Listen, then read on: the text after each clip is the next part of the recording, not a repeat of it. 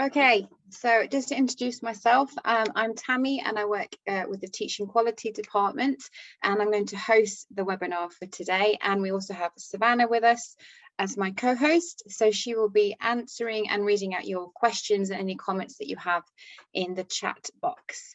Okay, so we'll go straight into it.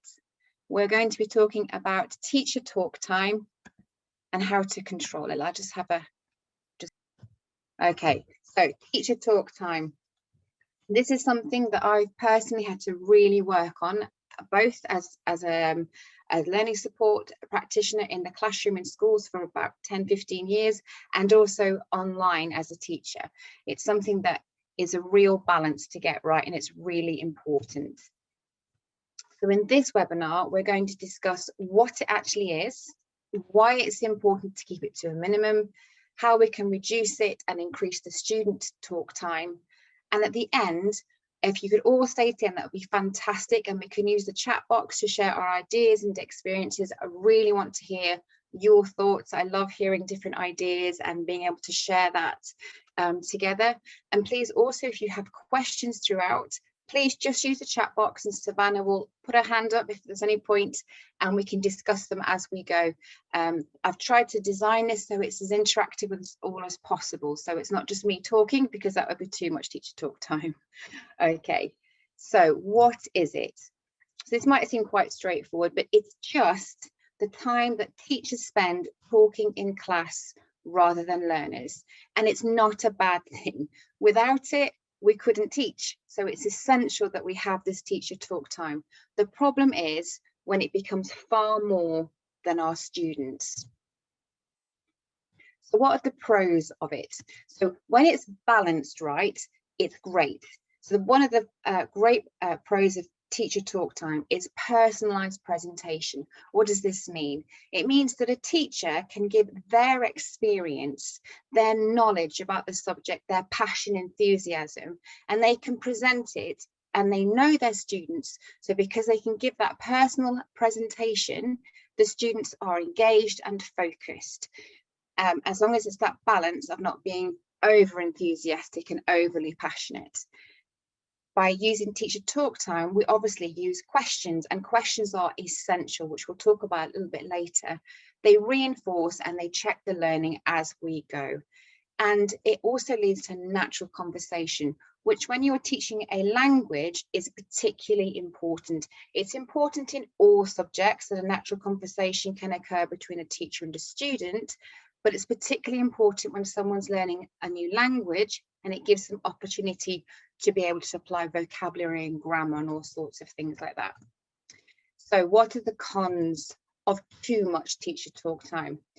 It means that our students are not very involved, and that means they can become disengaged, demotivated, and obviously they can become bored. I'm sure many of us have sat through PowerPoint presentations in our own jobs or previous experiences and have been bored to death because the teacher or the person presenting it hasn't really involved us. So it's always good to remember, how does the student feel? Am I engaging with them? Are they involved in this lesson? It also reduces independent learning.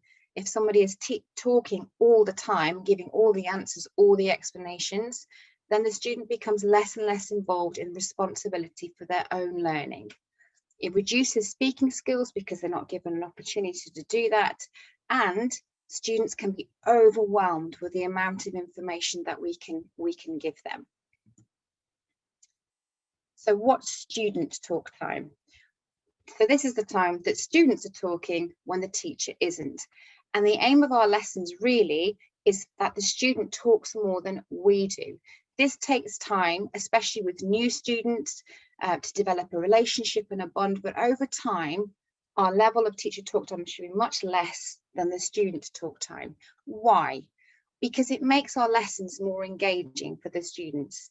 They retain that information, and above all, they enjoy the lesson more because they feel really involved. We always want our students to leave a lesson thinking about what they've learned, and they can do that if they're involved as much as possible and not if they've been talked at for the whole time. So let's have a look at this cone of experience. So this is how we learn, and all of these things are important to learning, and they're all effective. So we have reading, hearing, seeing, looking at different movies and things, discussing, giving a talk, and finally presenting or role play, that sort of thing. So the first half of this cone is what we would call passive learning. So people, when you're reading, hearing, or just seeing, observing things, you're not actively involved. And the second half of this cone is active learning. And we can see how the effect it has on our retention by this. This is really interesting. So after 2 weeks, you can see that the passive section of the cone is quite limited. The maximum is like 30%. When you get to the active end, where we are discussing things with each other, where you are presenting things to other people, sharing that knowledge, then 90% of what we say and do, we remember. So this just shows, again, all aspects are important, but the more active our lessons are for our students, that we create these opportunities, the more they're going to say, the more they're going to do, and overall, they'll remember it. And again, they'll enjoy it far more. So I'm just going to send out a question, just very brief. So you can choose as many as you like. So what sort of things do you think leads to too much teacher talk time in lessons? And this can be online or in the classroom. I just have to stop sharing to do this.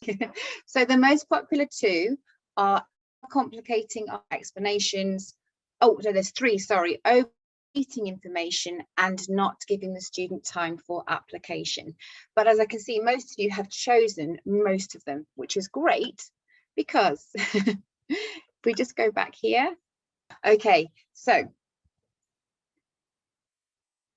all of those things are reasons why it causes too much teacher talk time. So those overcomplicating, unnecessary repetition, and being overly enthusiastic, all these things lead to us talking too much. How do we know if we're talking too much? Well, we can hear ourselves talking all the time is definitely a good indicator. If we think, when was the last time I asked the students a question? Anything like this, seeing students' attention wander off when there's not really any necessity. Yes, Savannah. I was just going to add that I think it's also important for you to be aware throughout your lesson. So when you prepare, try to think about ways that you're going to include your students into the lesson. Try to think about extension questions that you're going to ask, or ways that you can simplify your own speech. And it's a lot better than having to simplify at the time. Absolutely, thank you. Yes, preparation is absolutely key. So what do we mean by like overcomplicated? It literally means when we give an explanation and we just make it too complicated.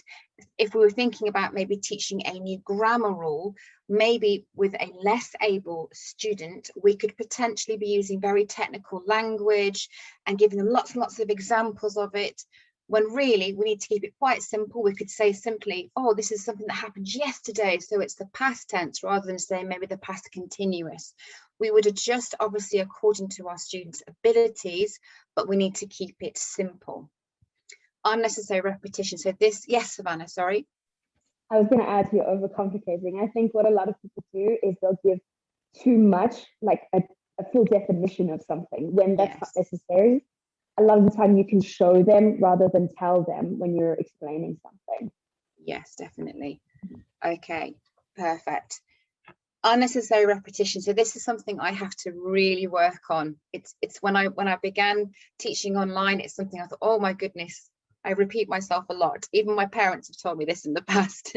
So again, it's the same thing. So you explain something to your student and then you do it again and then again.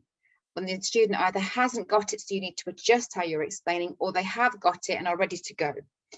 So the next two, forgetting to check for understanding and assuming that the student doesn't understand, they really go hand in hand with each other. So we could teach a topic, whatever it be, whether it's English, maths, science, anything, and then we carry on to the next the next part, the next activity, and we forget to check if those students have really grasped what we were teaching them. Did they understand the activity? Or we assume they didn't understand it and we explain it for the 30th time. And again, imagine if you were a student and thinking, but I've got this, how that might demotivate you. So all the time want to be motivating and engaging and focusing. Somebody gave me some really good advice in one of my feedbacks that said, trust your student, they will surprise you. And I've listened to that, and I'm sure we all have. And they do, don't they? When they get it and we don't think they have, it's an amazing feeling. And the last one, being overly enthusiastic. We are all passionate teachers. To be a teacher, you need to have a passion and a love for children, for subjects, for students, everything. But the problem is we can be too enthusiastic and we can overwhelm them with too much information. So we have to rein that in. Again, something I have to work on myself personally. Okay, so please feel free to use the chat box at this point to share your ideas. This is what I'd love to hear. How do you keep teacher talk time to a minimum? This is not just about my ideas or anybody else's. What are your ways of doing that?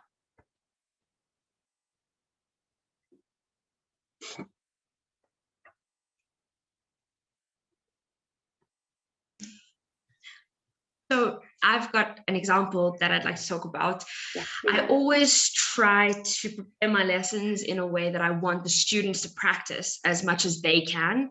So I constantly ask them to make sentences of their own with sets of vocabulary that we're learning. I'll maybe point out one or two words and let them make a sentence. I'll prompt them with flashcards for the beginning or the end of the sentence if they don't quite know how to do that. I will also encourage them to ask a question. So I will ask them something, give them the structure of the question, and then allow them to use that structure on their own. It really allows them to be the focus of the learning rather than me just always telling them things. Yes, perfect. Yes.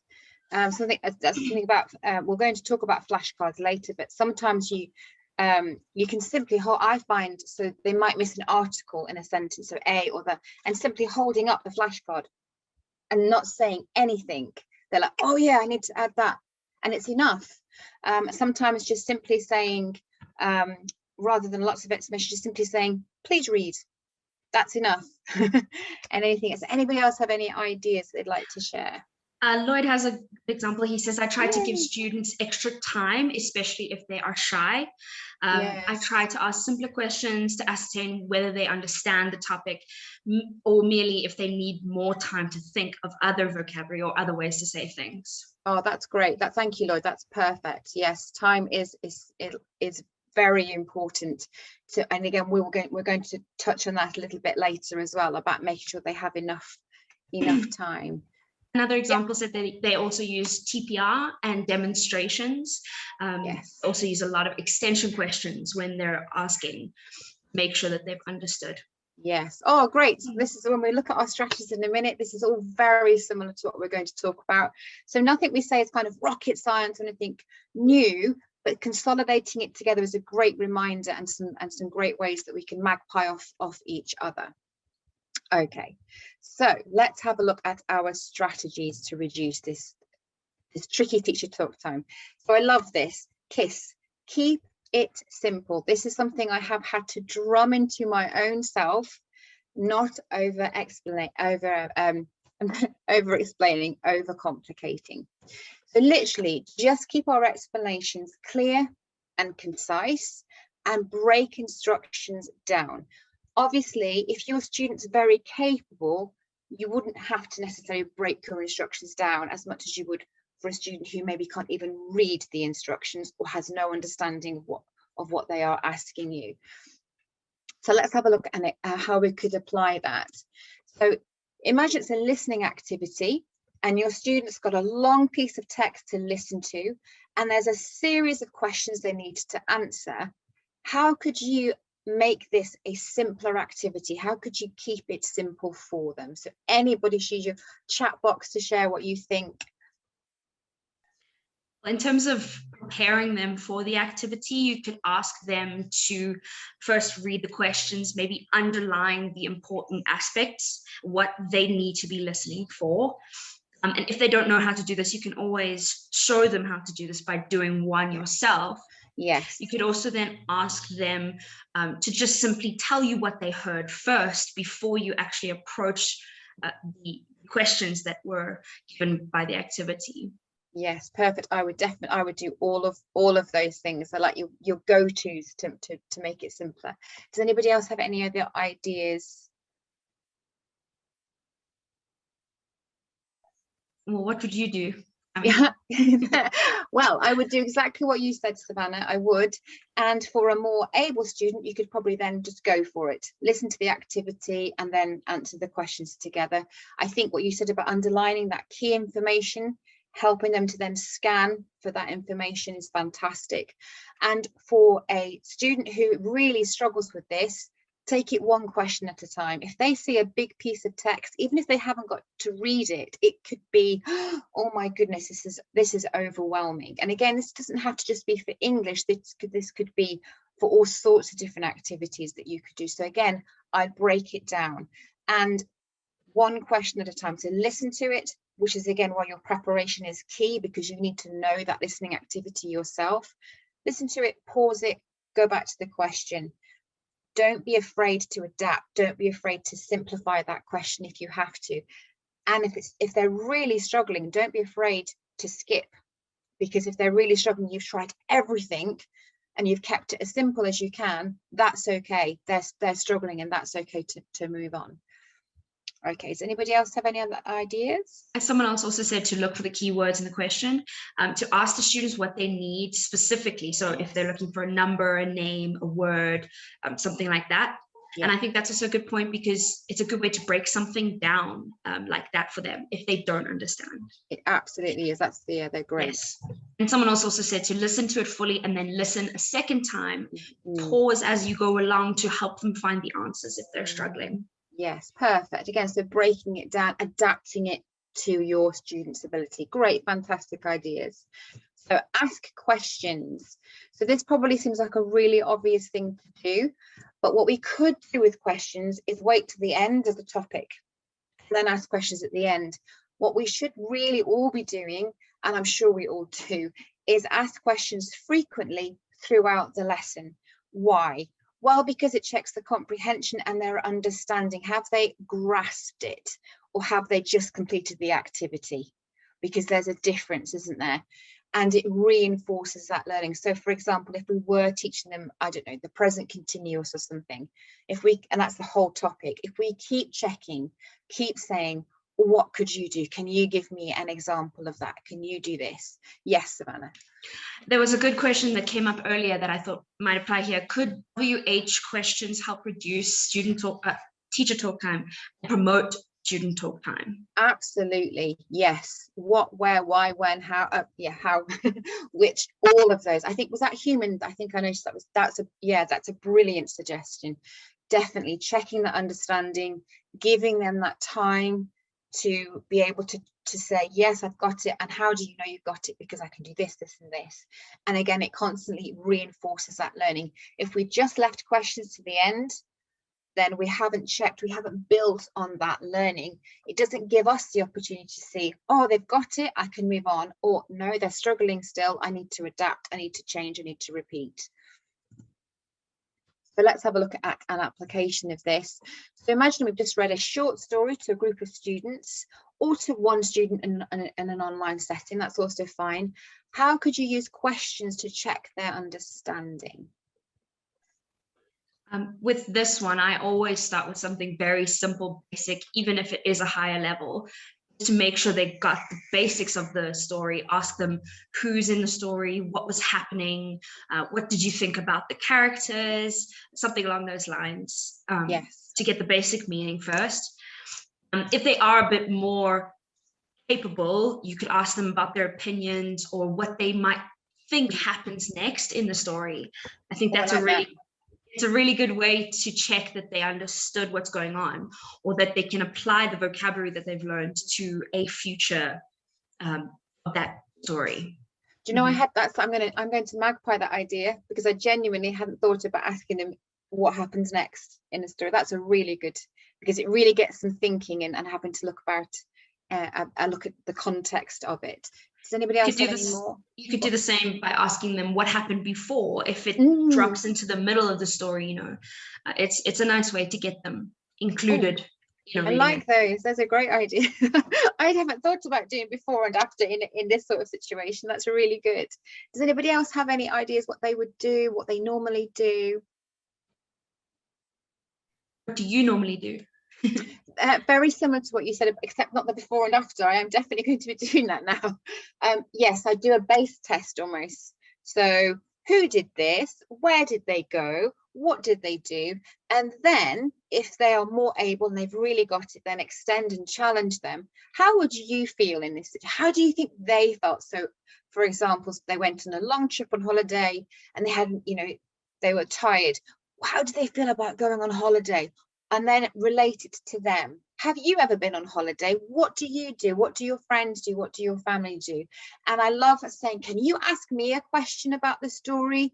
Because again, it gives you that chance to check their understanding, but it involves them. They have a reason for reading that story rather than just, I've read the story because it's part of my lesson. There's a purpose behind it. Okay, I don't know if anybody else has any more ideas. Not yet. That's fine. That's absolutely great. Okay, so we'll go on to this one of my favorites. So extending. We know that extending in any lesson, any subject is really important. So why? Because it helps our students to apply what they're learning outside of the classroom. So like I said at the beginning, when our students leave, whether that's a physical classroom or an online classroom, we would love them to leave thinking about what they've learned. If we've extended and challenged them, tested them, then they will do that. And when they come back to their next lesson, they will be ready to share what they've learned. They'll remember it and they can make progress. Extension really helps our students to make progress. So let's see. This is an activity that happens quite a lot in lessons, particularly of teaching English. They've read a piece of text, maybe long, they may be short, and they need to answer a series of yes or no questions, or it could be about just a picture. So how could you prepare your students to help them to answer these questions, whether it's yes or no questions about just a picture or text? Well, whenever it comes to a picture, I always ask my students just what they see. How much they can observe in the picture, what people are doing, or what objects they can see. Things like that really help them set the scene of the picture. Especially if there's a picture that goes along with the text, I think it helps them to then understand what the text is talking about. Definitely, yeah. And then I will go further and extend on those yes/no questions. Ask them why, if it's a yes question, to extend, give a reason for why it's yes, or if it's no, to correct that sentence to see whether they actually understood why it was no. Yes, perfect. I love trying to encourage students to always use full sentences. This is a great example of doing this. Imagine if you're a student and you're doing an activity and all you say is yes or no. How engaged will you really be? You won't be engaged. How much will you remember? Probably not an awful lot. If your teacher says to you, like Savannah said, but why is it yes? Or okay, it's no, so what's the correct answer? Can you give me a full sentence? Then you're engaged, then you're focused much more. And again, there's a reason for you answering these questions rather than just yes or no. Does anybody else have any thoughts on how they would do this? There are probably 100 ways to extend on any activity. Well, what would you do before anybody else answers yet? Okay, so similar to what you would do, I would ask them to look at the picture. What can you see? And again, if the answer was no, so for example, Nick is running and Nick isn't running. Okay, what's Nick doing? Oh, okay. And often I find writing it on the whiteboard, which isn't, we can do that if you do that obviously in a classroom, you could use your whiteboard to do that. In a group setting, it would be probably really good. So I mean like in a physical classroom. So someone says no. Okay, Peter, why is it no? What's the correct answer? Bounce them off each other. So children quite often love that as well. And again, yes, so why, constantly asking why. Okay. So props and TPR. So somebody else mentioned this right at the beginning, which is fantastic. This is really, really important, particularly for online lessons. So it always provides a fun visual element to our lesson. Even in a physical classroom, you would use props and things. You use your whiteboards, you use your PowerPoints, you use books, all sorts of things all the time. But if you imagine you're a learner online and your teacher is just a teacher and you, and there's no props to kind of support and facilitate and engage you and facilitate that learning, you could become disengaged, you could become demotivated. So using props, and they don't have to be expensive, you can make them yourself. Lots of my props are just printed off, or toys that I've had or that I've stolen from my family. Things like this. You can find things around your house. And TPR, so that's your total physical response, basically your gestures. So these can really aid understanding. So as was mentioned earlier about asking the WH questions, the what questions, eventually you can become so, your student will become so familiar with you that they will recognize this without even saying, for example, what, where, why. You form your own TPR, and eventually you can even ask questions without saying a single thing. And the student loves that because they can be like, oh, okay. So let's look at an application. So this is probably a popular lesson when you're teaching a new language. We're teaching colours to a student. How could we use props to do that first? What sort of things could we do? I think the most obvious one is to have a flashcard with the name of the color and color. I find that it's often better to have just like a splotch of paint or the actual flashcard is that color, because if you then have an object on the flashcard, it can be a bit confusing, especially for the very, very young ages. But if you do have flashcards like that, it's all right. I think it's then important to introduce that vocabulary. You could get them to say a sentence with that object and the color in the sentence, prompting them with other flashcards. Yes. So definitely. So that's something I would use. Go on, Savannah. No, I was going to say someone said that they ask students to show them things in their room, or bring things to class as well if you're in a normal classroom setting, which match the color on the flashcards that you're showing, which is really nice. I love doing that because they are up and moving. It's brilliant. And it's like, can you find me something orange? And this is actually really handy. So sometimes in a lesson, you may be teaching colours and you maybe get them to draw on the whiteboard that colour, but maybe they're not allowed to draw on it. So I will say to them, can you find me something orange? So for example, it says draw, colour the table orange. Well, they can't do that. So I'll say, well, can you show me orange? I don't know what orange is. And they'll go off and find me something orange. It's this color. Oh, or even saying, is it this one? I'm deliberately putting the wrong colors up until you get the right color. And and it's fun. They're thinking, my teacher's crazy, but it's fun and it engages them. And then as you said, you can have your flashcard with the splodge of paint, and you can even have an object. So you can say, what color is this? Orange. It's an orange car, and you can extend on it, keeping it simple. And so often, particularly with younger students, they'll run off, and they would do this in a physical classroom. I can see something yellow over there.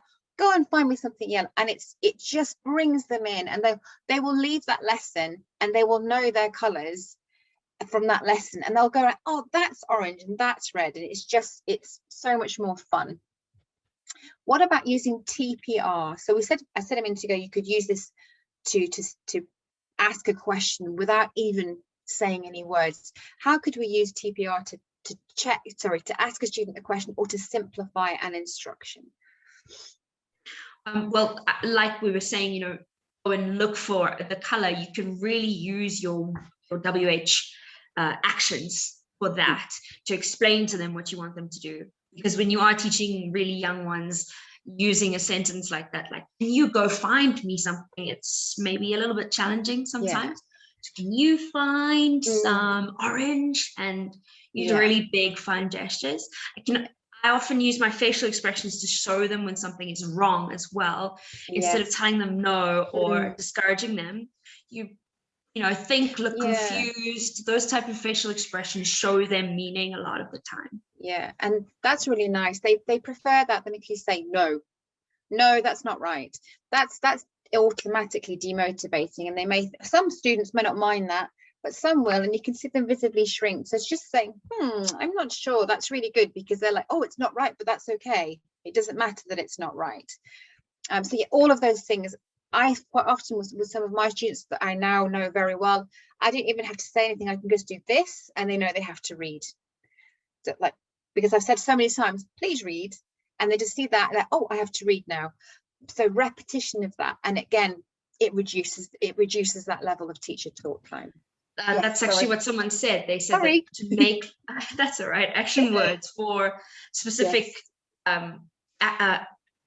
things that you ask them to do a lot. Yes, specific so look, questions. Listen, read, just like you said. Yeah, it's really helpful to instructions. Yeah, great. That's really good. So this is one I think probably I know I have struggled with in the past. Don't fear the silence. Okay, so sometimes you've asked your student a question, or even a classroom of students a question, and there's no answer. It doesn't mean they don't know. It doesn't mean they're not interested. It often just means that they're thinking about it. Again, put yourself in their shoes. If you had been asked the same question, could you answer it immediately, or would you need a few seconds to think, oh, okay, how do I need to answer this? Because yes or no questions are pretty easy, but questions where we're challenging our students, maybe asking them to think of something from a few lessons ago, they need time to remember that. So just don't be afraid don't fear that silence. Don't jump in immediately. Give them that time. So let's think about this. So we've asked a student to answer a comprehension question. We can see they're thinking. They're not just not interested, not engaged, but they're taking a long time. And our temptation probably be to say, oh, I'll give you the answer, or I'll repeat it again. But before, try and think about how long we could give them to answer. I would like to know what people think about that, how long you'd give your students. I think it does depend on the level of the student. If they're slightly higher level, maybe a bit less time, depending on the complexity of the question that you ask. But generally about 10 to 15 seconds, maybe a little bit longer if they're very young. Yes.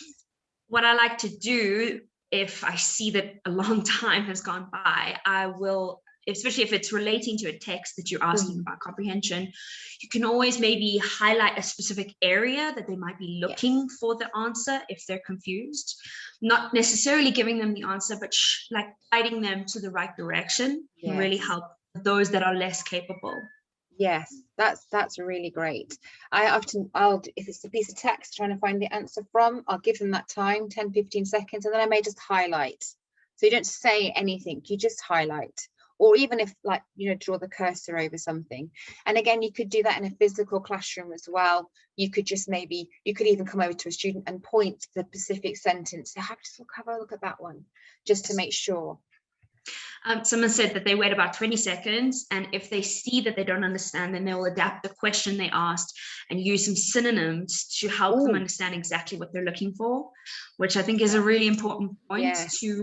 If you do see they don't understand, to reword something. It's not great to just repeat yourself, because clearly that was not helpful for them. So to think about a different way or a simpler way that you can help them find the answer is really a good idea. That's a great suggestion. I like the fact synonyms. Yes, changing it. Just changing it. Again, that's about keeping it simple, breaking it down. Fantastic idea. It's great. Okay, so let the student teach. This is my personal favorite. So why would we do this? What's the point of it? Well, it actually focuses the student. It feels for them as if they're in control, and it doesn't matter what age. I've done this with young students, and I have done this with 16-year-olds, and they love it. They love being in control and thinking, oh, I can share my ideas. It helps them to apply what they've learned. We always want them to know why they've done something, and it helps them to retain that information. That retention really increases. I can give a real life example of this. My niece at the moment, so she's just about doing her GCSE, she's 16 and she's struggling with some of her revision. So her parents have decided to do this with her. So she, instead of just revising on her own, she teaches her parents and she is loving it. And because she can see the application of it, she's suddenly remembering a lot more, she's able to apply it, and she's 16. So this works across the board. It's a really great way to really engage your students. Again, let's think of how we could apply this. So you could ask your students to prepare a short presentation about a topic. You could set this as homework. So you can do this online, you can do this in a physical classroom. They quite like being able to go away and researching it. You would adapt it according to your students' abilities, more challenging for those who are very capable, very simple for those who are less capable. And I love this one. This is something when I was working in schools, we did a lot. So we asked students to share ideas in a marketplace. So you'd group your students into small groups, give them like a mind map or a poster to make, and then they would go and share their ideas like a marketplace, like going from shop to shop, and then come back to their original group and share all their ideas together. So obviously that's very good for a group setting, such as in a classroom, but you can also use mind maps and things like that with an individual student online to maybe elicit vocabulary and get them to tell you what they know. I don't know if anybody else has any other ideas what they would do in this situation. I often do that if we're learning about a new set of vocabulary, see how much they know, but I will also do it as a revision aspect, maybe in a few lessons later once we're applying the vocabulary, specifically if it's like something like the town, when they're learning about places in the town. I'll ask them, looking at each picture, to tell me, I don't know what I would do here, what would I see here, and ask them to teach me about this place. It's a really good way to revise for them. They really need to think about these places and what vocabulary they know about these places as well. And again, it's using them outside the classroom. It's giving them a reason for learning something. It's not just rote. It's not just a sense of I'm in the lesson, there's a purpose. It's really nice in an ESL setting as well, I think, because sometimes they have places that we may not have. They do different things at places, so it's nice for them to think about their own lives and think about their experiences, how they know these places, for them to teach you something new. That's a really good way to think about it. Does anybody else have any other thoughts they'd like to share? Again, it's all gone, Savannah, sorry. No, I was going to say, how do you do it in a classroom setting and not in a homework setting? Okay, as in the short presentation. Yes. So when I've been in schools, so for example, they're having an English lesson. So they, at the beginning of the lesson, he gives them the topic. For example, I don't know, learning about a particular animal. So you're learning about elephants and you need to learn how to do research about an elephant. Then they would use maybe the internet, anything like that, draw pictures, and you give them a set time. That's important in a classroom setting, to give them a set time. And then with their group or with themselves, they create a lovely little poster and they would come to the front of the classroom and then just present it. And it could be information that you've taught them. So it could be they already know where elephants come from. They already know the climate of that country, anything like that. But then they come and they present that along with the information they found out. So again, they're interested because they're not just repeating, they're saying, but I know this about this subject and I know this about that subject. I have learned that. I think one of the magical things about being a teacher, and I genuinely believe this, is you always learn off your students. I learn something from my students every day, and I think that's really special. And you could, as long as you can just keep putting yourself in their shoes, how could I involve my student? How would I want to be involved? What would engage me? What would focus me?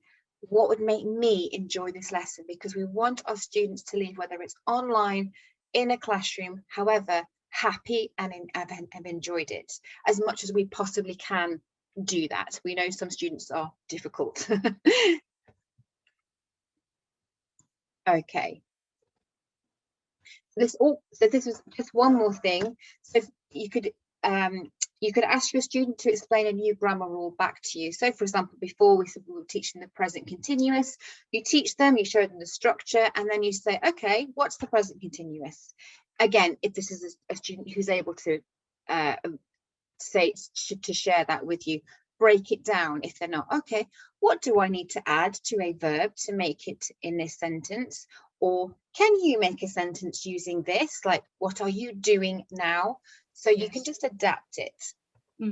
I like to do this where I'll prepare a couple examples that are incorrect of the grammar rule in a sentence, and then I will say to the student, I've made some sentences, but I don't think that they're right. Can you help me? How do I make them right? Yes. To see whether they know which verb to use or how to change the verb in order for the grammar to be correct. It's a really nice way to correct them as well. Then they look for their own mistakes. Yes, self-correction is so important, because if you self-correct, you remember.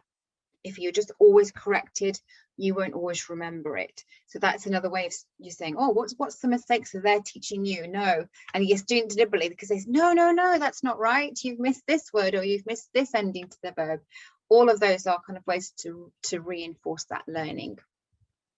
So I just wanted to end with this quote, which I'm sure most of us already know, but I think it's a really powerful quote.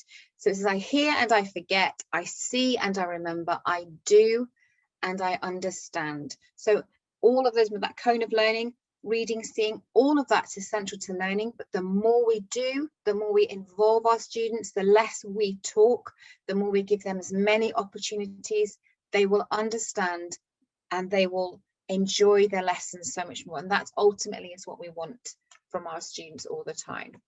So we're just time for a Q&A. So if you do have any questions, please use the chat box. Please feel free. If there's anything you don't agree with, that's also fine. Well, I'd like to ask, how do we go about reducing teacher talk time if we have a very reserved, very shy student in the classroom? The one in a big group or just in a one-on-one lesson? Okay, so if it's in a big group, I'll go for the easier one first. What I have done in the past with working in classrooms is to gradually pull them in through their peers. So you get their other students to ask them a question. You don't put them on the spot in a big classroom because they're probably very shy. Maybe they've got some kind of social I don't want to say difficulty, but maybe they struggle in social. Some people are just naturally very reserved and shy. But by asking their friends, sitting them with somebody you know they get on with, and leaving them as a pair, and then saying, oh, what did so-and-so find out? And what did your friend find out? It involves them. And then over time, it won't happen overnight. They become a little more open, and eventually they become more confident. They may never be the most talkative person, and they may never be somebody who stands up and presents confidently, but they will be more involved. And by asking those questions to them, you make them feel important. That's something I read yesterday. When we ask questions, it shows that we think what they say is important. So by bringing them in that way. In an individual setting, okay, so an online setting, and I'm sure we've all had these students, you try your best. Personally, I found just time. So initially, you probably will talk more than you would with a student who is more able or less reserved. Use of props, I find really, really good. Try and find out about them. Take a personal interest. What do they like? If you find out that they love trains, then try and include something to do with that. If you find they love football, can you make something a question? So you're doing, again, let's just use the present continuous because there's nothing about football in the activities. Make a question that says, can you make me a question when you were playing football? Something like that, those sorts of ideas. But it is just time building that relationship. And again, not fearing that silence. And I find using the whiteboard to write down their sentences, they can see it and they can see how much. And I think personally, I think probably all of us, again, huge amounts of praise. So whenever they do interact, thank you, that's great. Oh, I loved hearing it. That was an amazing sentence. Oh, you're amazing. Praise, praise, praise. You can never praise too much, and it will never demotivate somebody if you praise them 100 million times. Okay. I also wanted to ask if you had a student that didn't really struggle with student talk time. They were very vocal, but they always ended up going off topic. You obviously don't want to discourage them. So how would you go about leading them back to the lesson without increasing your own teacher talk time and not discouraging them? Yes, and not panicking that you can't get through your lesson because they won't stop talking. Yes, I had a student like this online recently, and I was finding I'm not getting through the material because she just talks. Lovely girl, really clever, off topic constantly. So I used the timer. So when she came on to talk about her day, I said, that's fantastic. I'm going to give you 2 minutes. And then if we have time at the end of the lesson, I'm going to give you another minute. But we're only having 2 minutes. And it sounds like you're being a bit mean, but I did it in a nice way. So once the timer, so I'm like, go. See, can you do it in 2 minutes? So it's like a challenge for her. And then you can again do that throughout the lesson if they start, okay. So just keep bringing them back.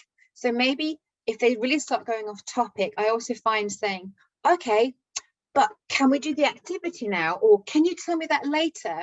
Because I often say, I really want to hear that, but we need to do this now. Can you tell me that at the end of the lesson? And try and leave a little bit of time if possible. But you often find at the end of the lesson, they've forgotten anyway, and it's okay. They're not offended. You haven't upset them because they've enjoyed their lesson. I don't know if those are useful strategies. That's a very good. Actually, I'm going to definitely use the timer because Yeah. I also have a student that tends to do that. It's really good. It was like an epiphany moment for me. I was like, let's use the timer. It's great. Okay, I don't know if anybody has any more questions. There's no more questions in the chat. That's great. Okay, so I hope this has been useful for you. You've gone a little bit over. I do apologize for that, but thank you so much for everybody for coming. Please, if you have any more ideas, I've forgotten, Savannah, where they can put those comments. Could you just, I'm sorry. They can email them in to us, but they can also go onto our YouTube to re-watch the webinar afterwards. Yes. They can comment there and interact with us that way. Yes, so please, any feedback would be great. As Savannah says, email, or you can comment on the YouTube channel. So thank you so much for coming. I hope you found it useful. We've enjoyed hosting you this afternoon, and we look forward to seeing you next week